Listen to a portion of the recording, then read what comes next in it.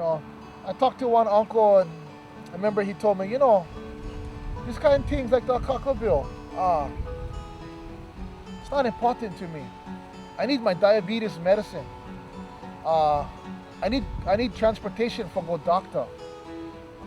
We need food, But it hit me, that kind of hit me like, a lot of our people, the truth is they don't know. The Akaka Bill is Well, the Akaka a Bill bill is, that's pending before Congress. just, It has been an since attempt to 2000. curb I think it only wants What to the Akaka consolidate Bill that is we are really servants is to the United a States. bill only two things. that One is to recognize Some say that, well, Barack has said that he's gonna endorse it. He definitely will sign it. And, that may or may not be true. But does he even know what he's signing? And that's the thing, is that he's not the only one who doesn't know. A lot of people in Hawaii don't know.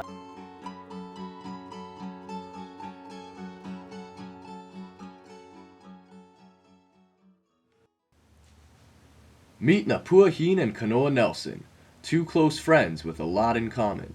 They're both Haole Hawaiians, both Christians, both from broken homes, and both struggling to survive. And when it comes to the Akaka Bill, they are two of the most passionate young people you'll ever meet. The only problem is, they completely disagree.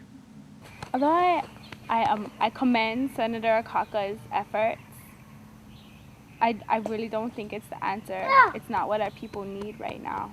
I originally sided with her opinion, and on an ideal world level, I still do. But I remember the first year of Ho'olepono, I was one of the first people to sign on with the Hui Pu and Andre guys, and I was all for it. And then I went to Ho'olepono, which brought Christians to talk to practitioners, and we talked to Walter Grady.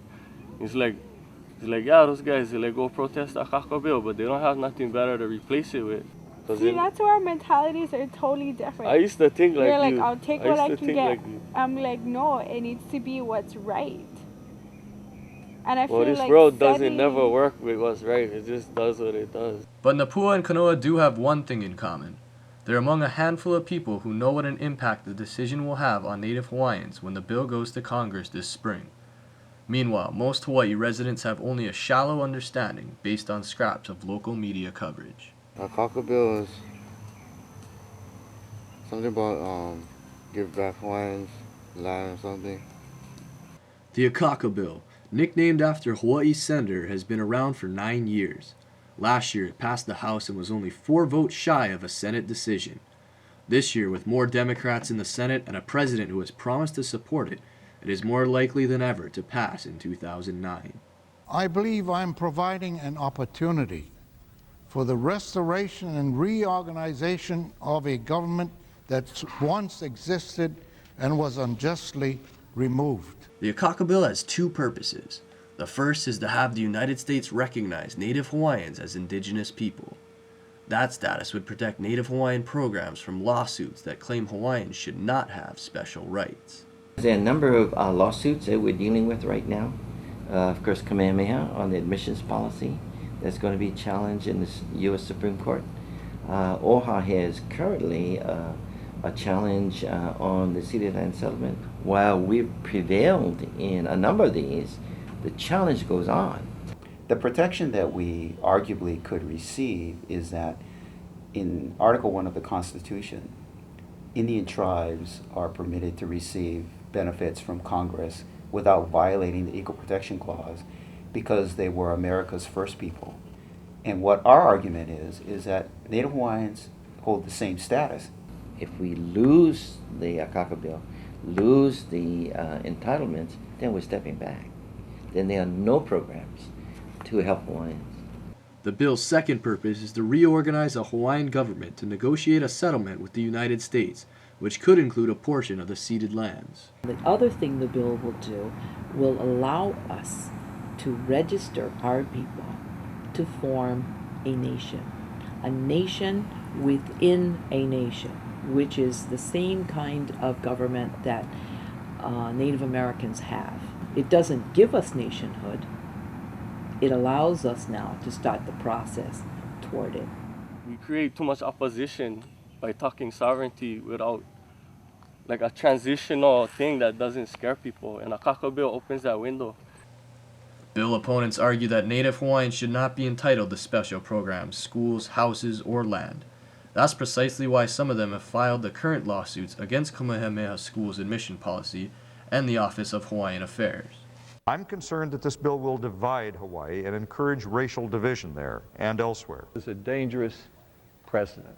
It is the reverse of what it means to be an American. Native Hawaiians have a lot of programs that give them special educational benefits based not on need or not on merit or not on the fact that they've worked hard, but simply because they happen to have an ancestor that lived in Hawaii before 1778. That's wrong. If anything, Native Hawaiians are the favored darlings of the law. They have been for the 50 years that I've lived in Hawaii.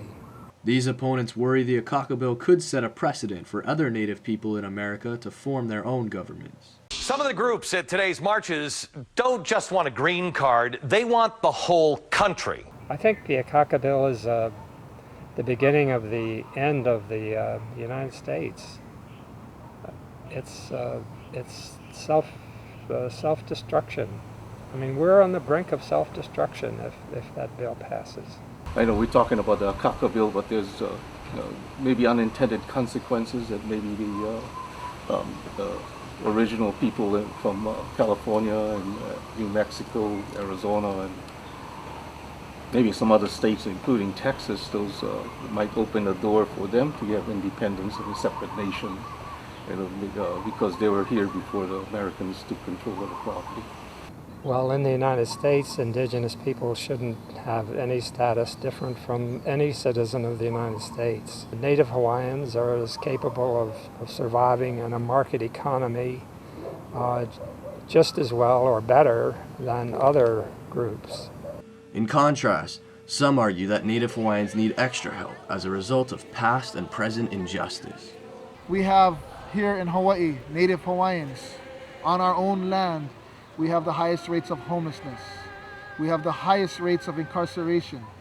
We have some of the worst health conditions, diabetes, obesity. Our lifespans are short. Cancer, heart disease. All these things are exploding amongst our people. Why? Why is that?